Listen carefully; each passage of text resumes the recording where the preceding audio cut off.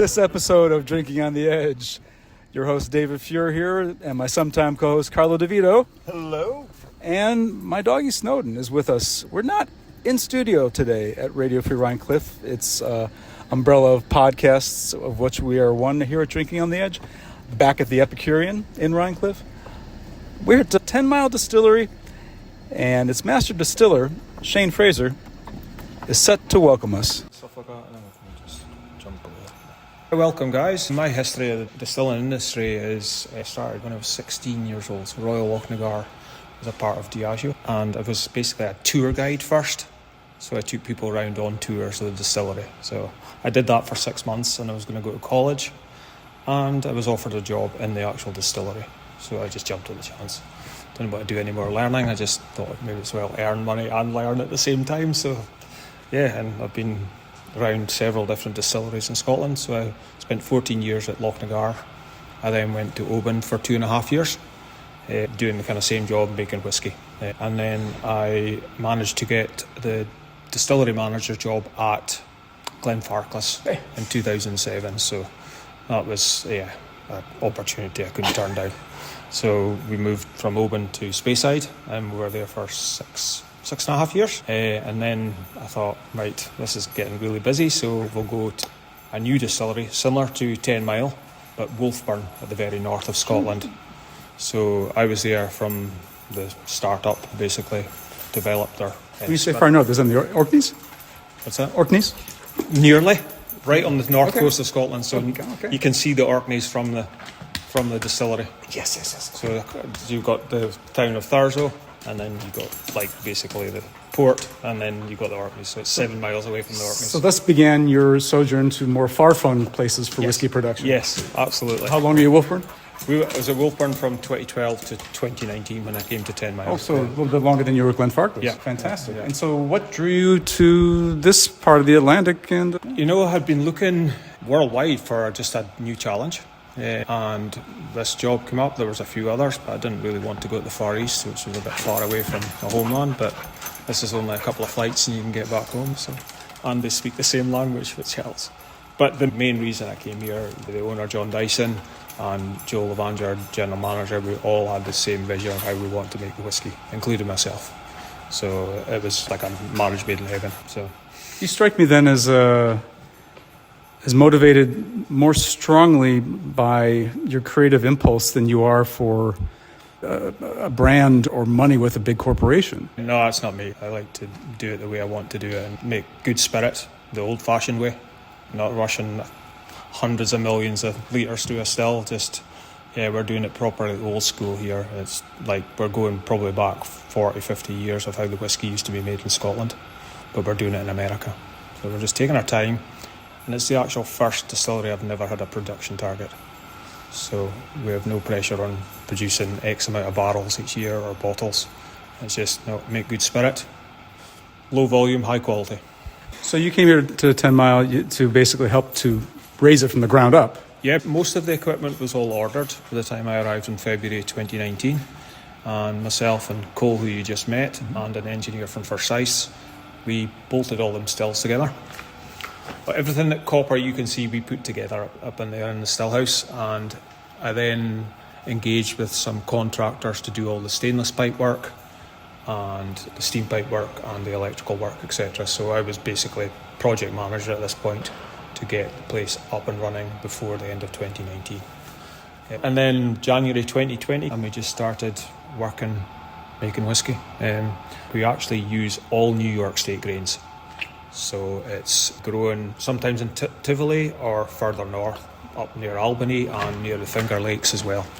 So for our whiskey, it's all 100% malted barley, which is extremely hard to grow in New York State because of the humidity. And are you growing the New York State barley? We've used some of it, but the varieties move along every year, so we're on to a different variety this year and maybe a different one next year. And it's whatever we're getting the top of the what our maltster gives us. I want the most efficient barley we can get. Who does your... So it's done by Hudson Valley Malt in Germany. Dennis and his wife Dennis and his son. Fantastic folks, and they make great quality product. Good buildings as well, you know. Buildings. We've got a lovely building for the distillery and restaurant and bar. You have a restaurant to serve their customers. We have a Thai restaurant open Thursday through to Sunday. All right. And then we've got a full tasting bar that is open in the same times as the... And when do you normally welcome the general public? Thursday through to Sunday. Thursdays and hours? 5 to 9 on a Thursday, and the same on a Friday. And then Saturday we're open from 12 till closing. So. Okay, and before I forget, because I'm going to forget to ask it later, your whiskies are available in which markets? Mainly New York. I think agreements to maybe sell some in California. We're trying to open up Washington DC and Kentucky, but they are just a slow burn. I was going to say they didn't have the quantity to really get that kind of a spread in the beginning. So Shane, the first whiskey you're going to be pouring for us is our classic version of Little Rest. So our whiskey brand is Little Rest, made by 10 Mile Distillery, and it's named after a road as you head over to Millbrook. So the story goes that all the traders would drop off their goods at the train station and then they'd make their way back home. So they climb out of the valley here and up, heading towards Poughkeepsie or wherever, and it's quite a steep hill, so they'd do horse and cart. Got it. And they get to the top of the hill and then get to a small farm just next to Little Rest Road, and they would stop. The farmer there would maybe feed and water the horses, and the guy would stop for maybe a beer or some sort of refreshment, whatever it was at that time. So we thought, Little Rest is a great name for whiskey. You have a dram, you have a little rest. There you go. I like that. So the first whiskey is our classic. This is one of our core ranges. It's a simple mix of 50% of our Pinot Noir cask and 50% of our ex-bourbon casks, split right down the middle. And we think that's a great drink of whiskey. It goes great with cocktails or just... And what's your proof for your ABV? This is at 46. 46. Yeah. Okay. Everything that we do is above 46. We don't chill filter. It's all natural colour. That's important to know. Yeah. So if people see their whiskeys going cloudy or their vodka or gin going cloudy, they know why. Yeah. It's nothing wrong. It's just nature taking its course. Just a small pour, please. We know why waste it on you. We know why you're here, Shane, but it bears asking, if you don't mind sharing, why is it that Mr. Dyson chose to take a diversion from his wine activities into whiskey? So he has Scottish heritage, and for years he wanted to do a distillery, but I think there was laws in New York that you couldn't have a winery and Right, you a can't. distillery. You can now. No. Yeah. You can now, but Yeah. before you couldn't. So that's why he went into it. And his heritage is from Aberfeldy in Scotland. So You said Glenfarclas before. It's one of my favorites. yeah. It's just a good classic whiskey. It's so different because they still direct fire. Yeah. So you get a completely different complex. This is beautiful. Yeah. This is beautiful. So that's just 3 years old. Now, question: here, it's so important. You're doing everything from New York State. When you're in Scotland, the biggest grain manufacturer is the Ukraine and that area. But is it as important there as it is here? A lot of the smaller distilleries are going field specific. Okay, And like our farm specific, so our grain comes from this farmer. got it. So that trend is there as well. Yeah, absolutely. But for a small country like Scotland, we grow so much barley. It's unbelievable. In New York State, we grow about 2,500 acres. Yeah, well, it took a long time for them to get back to it. 600,000 acres. 600,000 acres versus New York's 2,500. Yeah. And New York's landmass, I believe, is considerably larger than Scotland. Well, New York was the largest grower of barley in the U.S. for about 80 to 100 years. Yeah. And then it all moved to the Midwest, Canada, westward. And the problem was that it really just fell off here. You couldn't make a real living as a barley farmer anymore. And the problem was that when it came time to reinstitute barley growing, you didn't have any seed that was used to growing in these climates. Yeah. So they sped up the entire process by growing the first generation here and then not waiting for the next year. They would send it to New Zealand, grow it there. That was your second generation in the following season. And so they collapsed a 10-year period into 5. And that's how they sped up the process and were able to come up with a barley that was usable. To reintroduce it to New York State. Yeah. The funny part is Scotland grows a much better barley. The barley that we grew in the United States was considered back in the 17 and 1800s an inferior barley, but it was rugged enough to live up to our weather. That's what they've tried to breed through Cornell and stuff like that. Ones that'll stand up to the weather and the blight and everything else you can get, with the dampness. Our humidity is brutal. Yeah, and it's like we use mainly winter barley, unlike Scotland use spring barley. Right. The winter barley seems to handle this weather because it's got a longer growing period. So it's got ahead of all the weeds and everything. Right. And it tends to be a drier period too. Yeah, exactly. So it works for us. So it's gonna. So what's next? So we have got our Pinot cask, normal strength, so 46%. So that's 3 years in a Pinot cask. The William Sellium ones. So it's very, very good. It's for this is just a 3-year-old. Look at the colour of it. I was going to say the color is lovely. It's insane. It's very popular. You'll draw some of the anthocyanins off from the Pinot that's left from behind. You can get color more rapidly. And you also get some aromas coming off it too. A little bit. It's not overly done. I like that. It's really grown on me a lot because I like ex-bourbon whiskey. It's just my taste. It kind of brings out the malt a little more even, which I'm surprised at. Yeah. I really... A lot of spiciness in there as well. Like a lot of cinnamon and stuff like that. That's lovely. Oh yeah, it's definitely drawing more of the brown spice character off the oak. Yes. Oh yeah, definitely.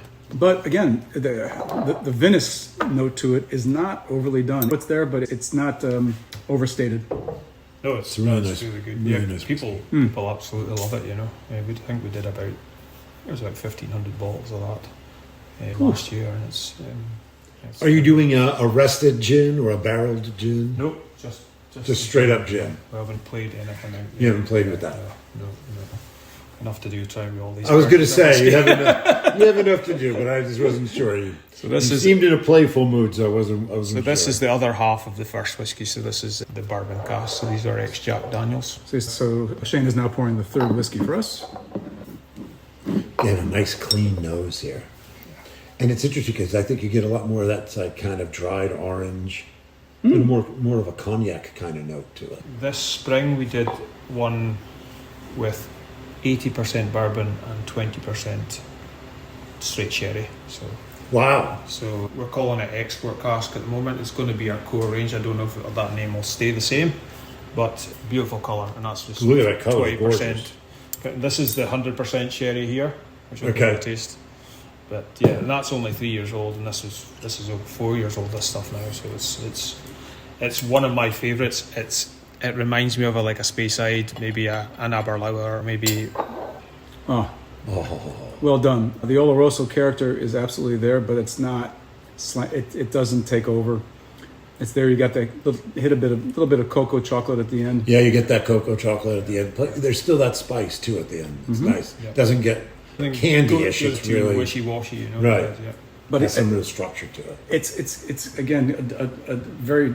It's almost a screeching turn in a different direction from the previous bourbon barrel finished one. Yeah. Here, it finishes a bit more composed. It knows itself. It's centered of a finish. It comes in a more pointed way. It doesn't require a lot of attention. It's just it's a gentle finish by comparison. I think to any of these, the finish is more gentle. Yeah. But slightly older as well. So that will do. That will also do it. Yeah. So it's our 5-year-old bourbon okay. And 4-year-olds sherry in it. So it's a year and a bit older than a lot of this.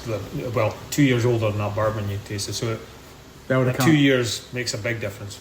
When I tasted this a few weeks back, I thought, okay, this is the one I want with one of my stronger cigars.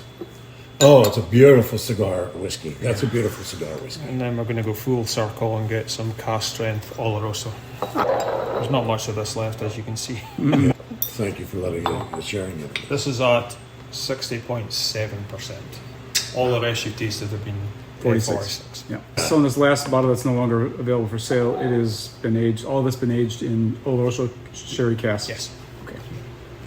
Wow. We released that last autumn. Our release there, and it just. That is a winter's night in a glass. Oh yeah, 100%. Sitting beside a nice cozy fire and just. Gorgeous. And although it is noticeably more alcoholic on the palate, it's not so jarring that you can't enjoy and sip it by itself without watering it at all. You could, and I'm sure more things would happen, but it's reasonably well concentrated, very well balanced, and still has lots of aromatic character occurring that the extra amount of alcohol, the considerably higher level of alcohol, isn't so upsetting to one's palate or one's sensibilities. There's no going on here in taking that in. It really shows your skill in mastering not just the distillation, but the aging and the blending that you do. Also, we're buying probably the highest quality casks as well. Makes a huge difference, because you could have the greatest new make in the world and you put it in a cask that is tired or dead. That's a Christmas cake whiskey. Oh, like dried fruit and stuff like that. Just like people couldn't understand you. It's Christmas cake. What's a Christmas cake? It's a fruit cake. That's it. So that's the only time you eat it in Scotland. People know Christmas pudding or Christmas cake in this country now, even if you celebrate it. Yeah, I was going to say I'm a Christmas pudding guy. That's what I am. So. This and a Christmas pudding, and I'm a happy man. Oh yeah. This is our first 5-year-old whiskey that we've released. So he's referring to the deep purple labeled Pinot Noir cask strength. That Carlo eyed. 61.5, so slightly stronger than the Oloroso sherry. So these were a couple of the first ever casks we filled at the distillery. Not the first one, but again another Christmas whiskey. It's good. Yeah. It's really pretty. Yeah, if you compare it's a little softer. If you compare it to the Pinot Noir that you tried earlier on, it's 3 years old. It's 2 years old, older than it, you know. So the first one was the Pinot Noir we tried. Yeah, the second one. Okay. Yeah. You've got a 2-year age difference, plus it's stronger. It tastes a lot older, I would say, than a 3 or a 5-year-old whiskey. You know? And it's actually smoother. John's daughter Eliza, she's an interior designer, so she's got the eye for detail. I was wondering, you'd mentioned on a couple of occasions William Sellium, which Mr. Dyson also owns. What other adult beverage interests does he have besides these two operations? Millbrook Winery. Shane was just recounting that his son is currently working at Brora Distillery in Scotland, and his daughter has also begun her career doing the same. Yeah, she's working at a small distillery called North Point Distillery. Oh yeah, I know who North Point is. Yeah, so is she there? Yeah. Oh, how cool is that? So they do whiskey, gin, and rum there. Yeah. When I was back home for our graduation, I went for Just wrapping up here with this tasting. This fantastic tasting that Carlo and I have taken the pleasure of just having enjoyed and shared with you. Apparently, anybody who rocks up here Thursday to Sunday after about 5 o'clock is welcome to enjoy the same. There's no charge. So those of you who are hearing me from all corners of the globe, if you can make your way over here, Shane or his colleagues will at least provide you the taste at no charge. Remember, it's 10miledistillery.com. That's correct. Yeah, 10miledistillery.com to find out what they're all about, what Shane's all about, and what the folks here at 10 Mile Distillery are all about. Currently, there's only a few states, as Shane had indicated, where in the U.S. where the whiskeys are available. If you go onto our website, you go to 10miledistillery.com. Yep. Okay, very good. Craftspirits.com or something like that. I can't remember. Don't quote me on that, but it's something like that. This has been one of the very few off-site recordings of Drinking on the Edge. Thanks for tuning in. Fantastic time. Thank you very much, Shane, for your time. You're welcome. Great to meet you guys. Cheers.